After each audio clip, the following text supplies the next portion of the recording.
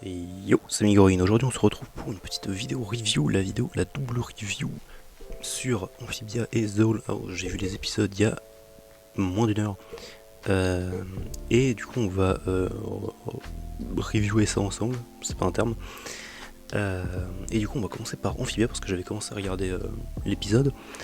Enfin, j'avais commencé à regarder Amphibia avant de regarder The Whole House parce que du coup, j'avais été un peu plus hypé effectivement sur l'épisode de The Whole House, qui était bien effectivement, mais moins bien que je m'y attendais, mais en même temps c'était cool. Et les deux épisodes étaient vraiment bien. En fait, ça faisait pas trop épisode, on sort de hiatus, hein, mais en même temps c'était cool. Voilà, donc on va commencer par Amphibia. Alors, Amphibia, donc l'épisode Escape to Amphibia, l'épisode 10, si je me trompe pas, c'est l'épisode 10 de la saison 3, qui a commencé sur basiquement. Donc c'était donc les Plantaires, et puis Anne, et puis ses parents, accompagné de Terry, la meuf aux cheveux bleus qu'on avait vu dans l'épisode 8, il me semble. Enfin l'épisode dans lequel il y avait une ref à The Whole House justement, qui était rigolo, et donc du coup justement on avait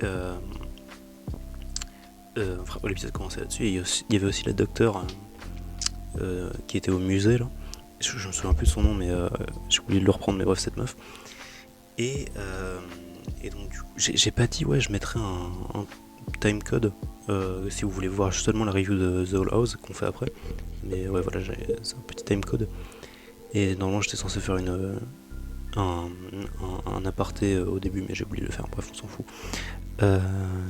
J'y pensais probablement après. Et, donc du coup, l'épisode commence là-dessus sur en fait les personnages qui se demandent pourquoi en fait finalement c'était une boîte à musique, le truc qui sert de portail, la boîte de la calamité. Parce qu'en fait du coup y a un truc très étrange là-dessus aussi également, c'est que j'ai juste y pensé, la boîte de la calamité, une fois qu'ils avaient la première fois qu'ils sont allés à Amphibia, du coup en fait la boîte ils l'avaient dans les mains, c'est pour ça qu'elle s'est retrouvée en Amphibia, mais la deuxième fois, vu que Marcy l'a fait tomber, c'est pour ça qu'elle y est pas allée. Alors qu'elle a quand même ouvert le portail, la boîte. Un peu bizarre. En plus, la boîte de la calamité marche bizarrement au niveau du portail, mais bref. Et donc oui, pourquoi une boîte à musique? Parce qu'en fait, du coup, ils utilisent les ondes sonores pour trouver enfin, la musique, en fait, en général, pour donner une localisation, en fait. Donc en gros, grossièrement, la boîte de la calamité peut t'emmener à différents mondes du moment que tu joues une musique différente, en fait. Et je crois que c'est ça. Enfin, du moins celle-ci peut-être pas, mais en tout cas, ils arrivent à recréer un portail en fait en utilisant la même manière, le même procédé.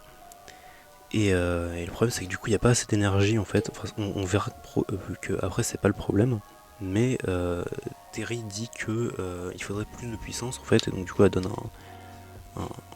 enfin, elle donne une liste de courses basiquement, hein, avec il y avait des bretzels également dedans. C'était des bretzels au chocolat blanc, d'ailleurs, c'est très étrange comme concept.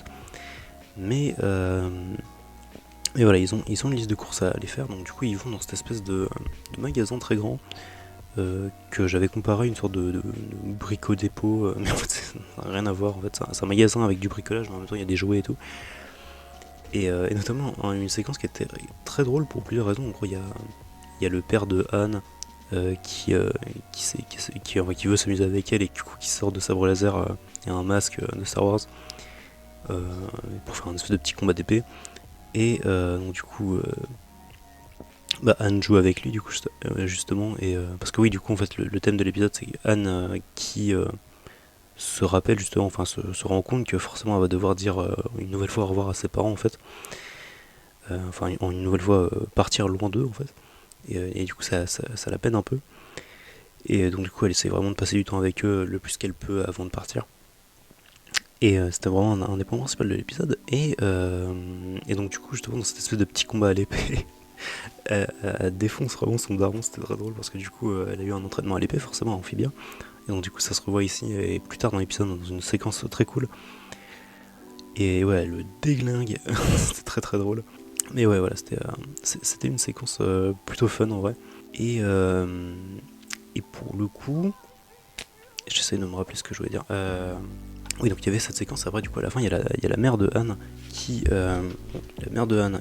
arrive en traître dans une scène qui ira forcément une autre, hein, qui arrive en traître et qui poignarde en faux, hein, évidemment, en joué Anne avec une épée laser jaune. Ça rappelle une scène effectivement, mais on va pas en parler. Saison 2, épisode 20. Et du coup la séquence se termine de manière un peu drôle, avec un gars qui travaille dans le magasin qui s'amuse avec les jouets aussi. C'était une séquence plutôt rigolote. Bref, il y a également Polly qui répare Frobo très vite fait. En fait, il n'y avait que la tête de Frobo du coup, et maintenant elle est montée sur roulette, sur roue juste en fait. Et puis maintenant il a un lecteur de DVD intégré. Enfin bref, c'est le futur, mais c'est effectivement un truc qu'on avait déjà vu il y a un petit moment maintenant. Donc c'est cool de voir ça. Et Polly est toujours aussi cool. Effectivement, il y a tout un délire aussi avec Hop Hop, avec Oppadaya Planter et les avocats. En fait, qui kiffent les avocats du monde, enfin de la Terre en fait, parce que du coup les avocats dans Amphibia, ils sont, je sais plus comment il les a appelés, mais en gros c'est genre pas des trucs qui sont spécialement mangeables, à ce que j'ai compris. Et donc voilà, une fois sortis du magasin, du coup, ils se font choper par le FBI, du coup, parce qu'effectivement, oui, l'épisode commençait là-dessus, d'ailleurs, c'était très cool, sur en fait le FBI qui... c'est la suite, en fait, vraiment de l'épisode 9, où il y avait littéralement un putain de robot géant, avec des trucs qui se passaient, du coup, effectivement, le FBI pouvait pas en avoir rien à foutre, grossièrement, et donc voilà l'histoire, ils arrivent, littéralement, ils chopent Anne et les Plantaires. Et enfin non, justement en fait que les Plantaires, et puis ils laissent Anne et ses parents tranquilles, parce qu'en fait ils sont en mode de toute façon ils peuvent plus rien faire. Monsieur X et Jenny, c'était ça leur nom d'ailleurs.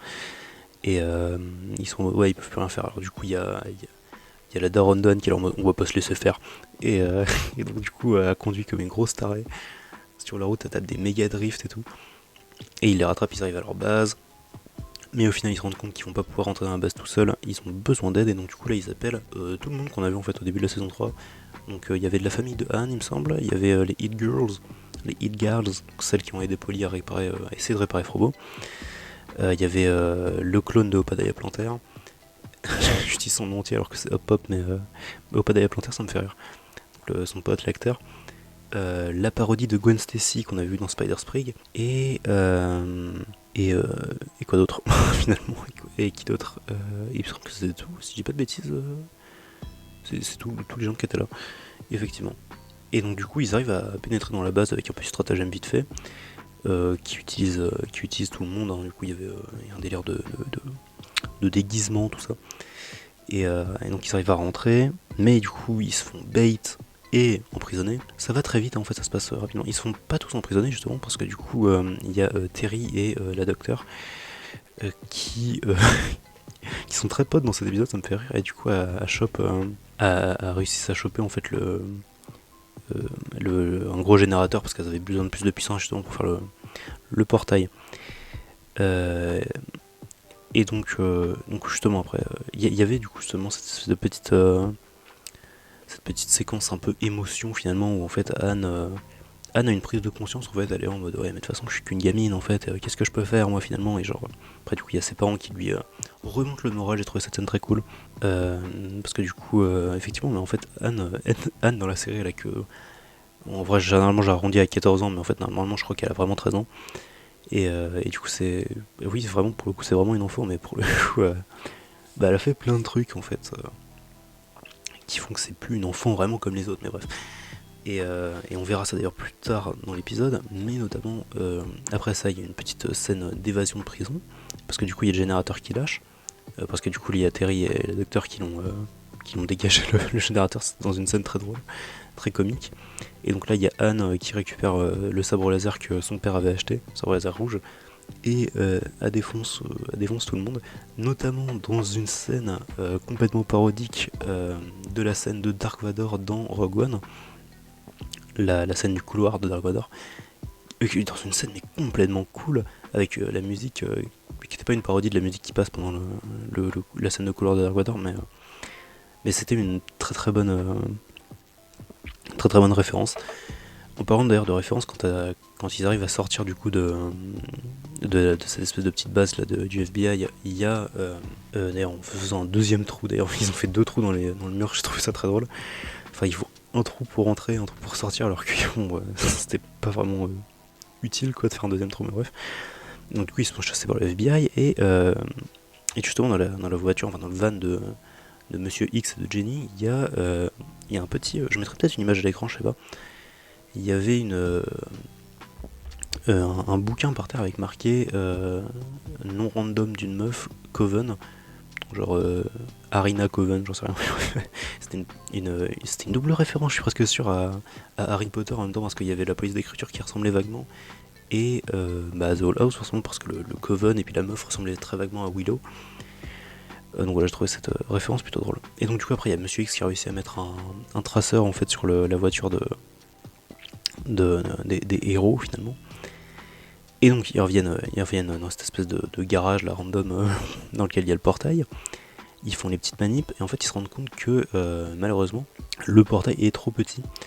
Ils peuvent toujours pas passer et c'était pas un problème d'énergie en fait. Et on verra ça juste après parce que du coup bam, le FBI il les rattrape. Et donc il y a Monsieur X qui trash encore Anne à dire ouais de toute façon t'es qu'une enfant. Et en fait du coup là elle fait ah ouais je suis qu'une gosse. Et ben pas vraiment. C'est pas ce qu'elle dit mais bref. Et donc là du coup justement en fait là c'était le parti important de l'épisode avec la scène du couloir, c'est que du coup Anne active le pouvoir de la calamité sans que ses amis soient en danger en fait. Et enfin techniquement ils étaient en danger mais là sans qu'ils soient vraiment en danger mortel ou quoi tu vois. Et donc elle active les pouvoirs de la calamité comme ça et donc elle bouscule tout le monde dans la zone. Et ensuite du coup elle utilise, elle voit qu'en fait utiliser ses pouvoirs ça augmentait la taille du portail. Et donc du coup en fait elle se concentre dessus, elle augmente la taille encore une fois du portail pour faire passer cette espèce de montre religieuse qu'on a vu plus tôt dans l'épisode à qui ils avaient coupé le bras en fermant le portail en fait en faisant des tests. Et donc cette fois-ci en fait l'espèce de montre religieuse passe dans le portail pour occuper les membres du FBI. Pendant ce temps-là du coup Anne fait des derniers adieux à ses parents, rentre dans le portail avec les plantaires. Pendant que la libellule, enfin pas la libellule, la montre religieuse se fait bourriner par le FBI, c'était très drôle. Et donc ça se termine là-dessus. Il y a les parents de Anne qui parlent avec Monsieur X qui le menace finalement, mais c'était très drôle. Et Monsieur Boonchai qui s'en sort en fait dans cet épisode, il a pas eu de gros problèmes à part les plantaires qui ont utilisé sa carte bleue. mais c'était cool, voilà. Il lui arrive rien de grave.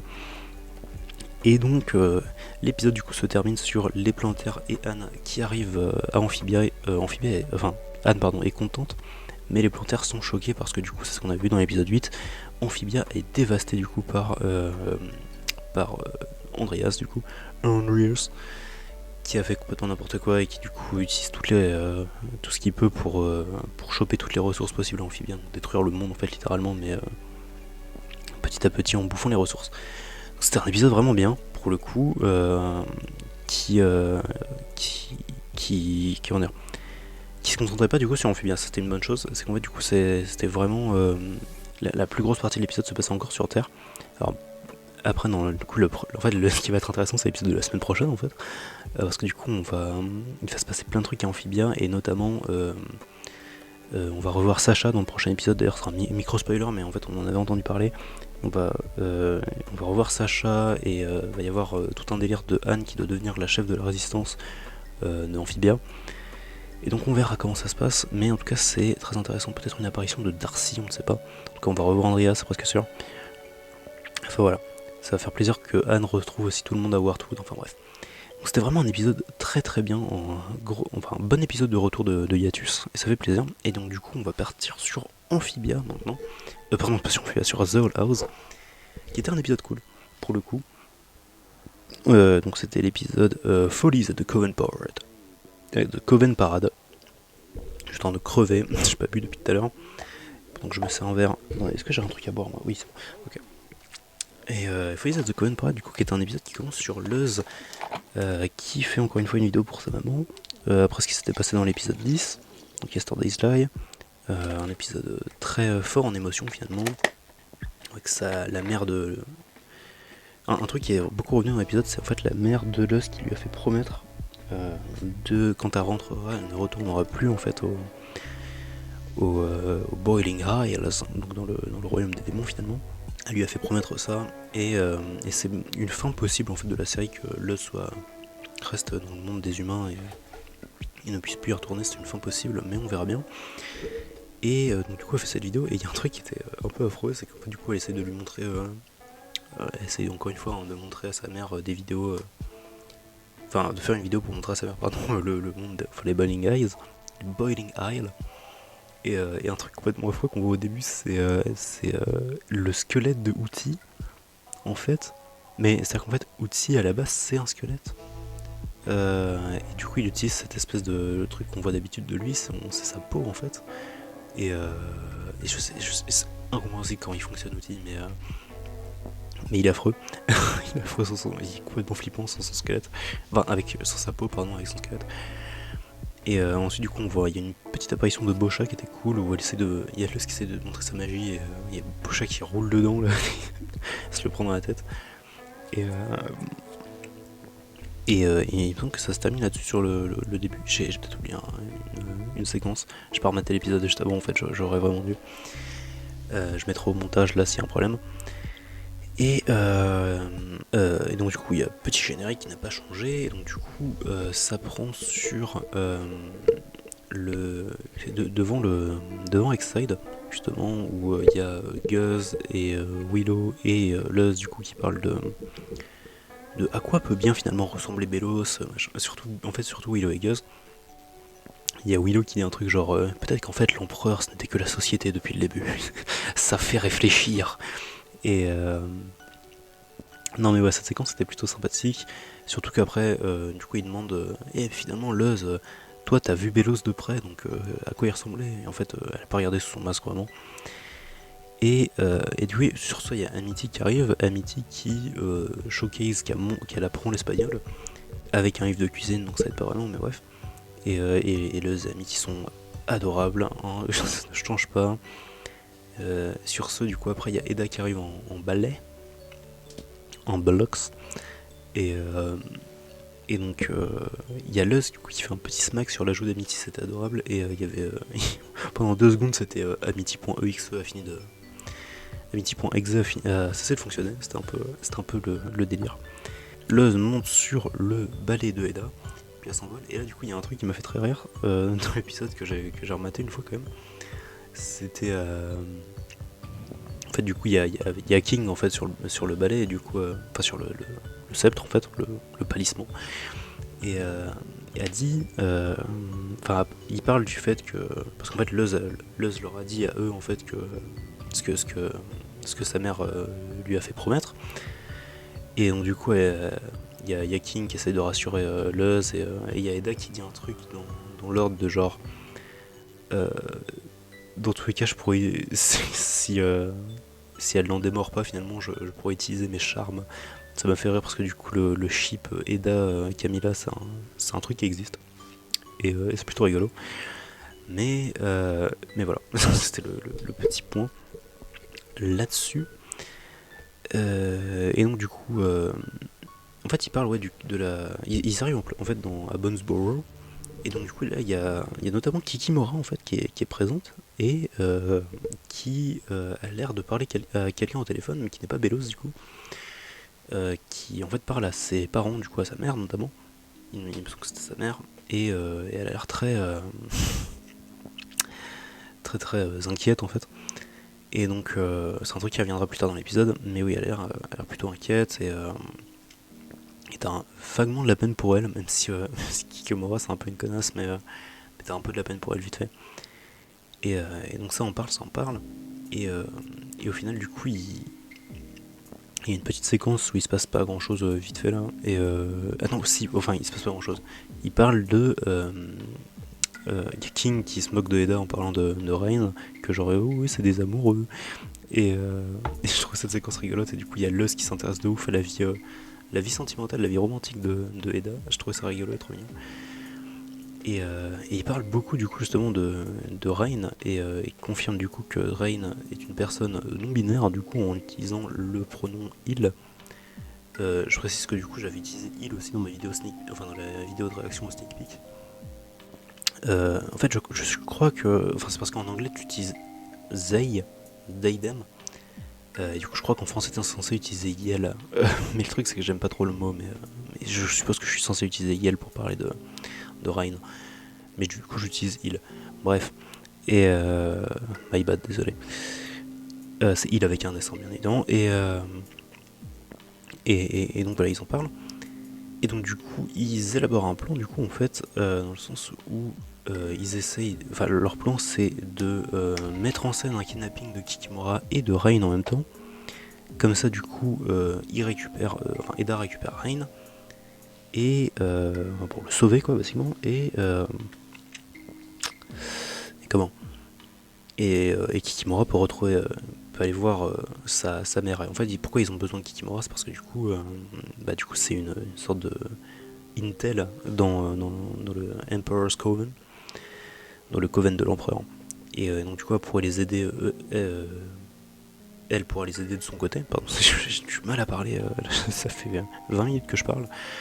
On essaie d'abréger quand même. Et ça, c'était vraiment le... Donc en fait, ils mettent en place le plan. D'ailleurs, effectivement, il y avait Edric qui leur vend des feux d'artifice. Je trouvais ça cool qu'il soit là dans l'épisode. Et donc ils mettent en place le plan avec du coup justement il y avait beaucoup de plans du trailer qui venaient de cet épisode d'ailleurs et qui viennent de l'épisode d'après. Donc l'épisode où on verra c'est probablement l'épisode où on voit Hunter, hein. Le prochain épisode d'ailleurs ça sera cool parce qu'on l'a pas vu dans cet épisode, si je dis pas de conneries, hein. Il apparaissait peut-être en fond mais je l'ai pas vu du tout. Et donc ils mettent en place le plan, ils se moquent toujours de Eda par rapport à... Enfin ils le font toujours blush là en parlant de Rain, je trouvais ça rigolo. Et du coup voilà, le plan c'était d'avoir cette espèce de petit... le truc... comment t'appelles ça? Un chariot en fait, un char. Un char à l'effigie de Bélos d'ailleurs. Ce qui était très drôle, et du coup mettre en scène le kidnapping, tout ça. Et du coup le truc qui me faisait tiquer en fait dans le trailer, c'est qu'on voyait Rain, mais qui avait pas l'air d'être... qui n'avait pas l'air d'être emprisonné en fait. Et c'était bizarre du coup, je me suis dit peut-être qu'ils sont contrôlés mentalement, quelque chose dans le genre, ou brainwash. S'avère-t-il que du coup c'était la deuxième réponse, parce que du coup il y a Kikimora qui parle un peu avec Rain, et en fait on se rend compte qu'ils sont brainwash, en fait grossièrement c'est genre la gérante du coven des plantes, en fait, qui leur fait boire pardon, un espèce de petit breuvage mystérieux qui en fait les tient en check en fait, qui leur a fait d'ailleurs oublier tout ce qu'ils ont vécu avec Eda là, pendant qu'ils se battaient contre le chef des abominations et le chef des Bates. Tout l'épisode 7 pratiquement. Donc du coup Rain pense que ils ont jamais revu Eda depuis qu'ils étaient petits en fait, et donc du coup c'était une séquence un peu qu'on reverra dans l'épisode plus tard. Ils ont parlé avec Eda, mais du coup ouais c'était une séquence un peu tristouille. J'étais un peu tristouille, et ouais voilà. Et donc du coup en fait réellement le kidnapping se fait sans de problème. Il y a juste un moment Rain qui essaye de Tatakai Luz, mais ils se font arrêter par Eda. Donc dans cette séquence dont je vais pas reparler du coup, qui était juste très triste, on se rend compte que Rain, ils ont toujours des sentiments pour Eda, mais que ils peuvent pas, parce que du coup le coven de l'empereur, tout ça, enfin non pas le coven de l'empereur, juste ils travaillent pour l'empereur, donc ils peuvent pas comment dire, s'associer avec les sorcières, comment tu dis en français? C'est les wild witches, donc c'est les sorcières sauvages, c'est rien. J'ai pas regardé la FF depuis un moment. Et donc du coup ça fout un peu le bordel. Et pendant ce temps-là à côté, du coup il y a Luz qui est en train de kidnapper du coup justement Kikimora pour essayer de l'emmener chez sa mère du coup. Ils se font attaquer du coup par cette meuf là justement, j'ai oublié son nom, c'est genre Terrasse Pendragon. Il me semble que c'est Pendragon son nom. La chef du coven des plantes, qui les attaque, qui dit à Kikimora pendant qu'ils sont invisibles là qu'elle va avoir une promotion. Alors dans ma tête c'était clairement une vanne, hein, mais en fait non, elle a vraiment une promotion, on la prendra plus tard. Et elle se font sauver par Amity justement, Amity qui avait des doutes sur Luz en fait, pas des doutes mais genre Parce que Luz avait dit qu'elle avait pas revu sa mère en fait, qu'elle avait pas encore utilisé le portail, mais en fait Amity s'en est rendu compte que non, qu'en fait elle y était vraiment allée. Dans une scène d'ailleurs un peu mignonne avec Willow, où en fait elles redeviennent potes doucement. Et je trouve ça adorable, voilà. Et donc du coup Amity sauve Luz et Kikimora. Elle essaie de faire partir Kikimora donc pour revoir sa mère, mais en fait Kikimora les trahit à la toute fin directement. Et donc il y a toute cette séquence, voilà, et grossièrement à la fin, il y a j'en ai marre, c'est super long à dire, la chef du Coven des plantes, qui dit que l'empereur reverra bientôt Luz. Il me semble que c'était ça qu'elle dit, et c'est un peu énigmatique, personne ne comprend pourquoi, Amity non plus. Et en grossièrement, Amity et Luz sont adorables. Voilà. J'ai rien d'autre à dire là-dessus. Et je suis presque sûr que l'épisode se termine là-dessus. D'ailleurs, et voilà, finalement c'était un épisode très cool. À vrai dire, je pense que j'ai préféré comme l'épisode d'Amphibia. Mais ouais, ça n'annonce que du bon pour la suite, réellement. Je pense que je ferai plus de double review, en fait, je ferai juste le samedi, je regarderai Amphibia, je ferai une review paf le soir direct, et après je regarderai l'épisode de The Whole House et paf, review direct. Donc une vidéo le samedi et une vidéo le dimanche. Et voilà, je vais me dépêcher d'aller monter ça parce que là j'ai des trucs à faire, mais bisous tout le monde et à la prochaine, let's go.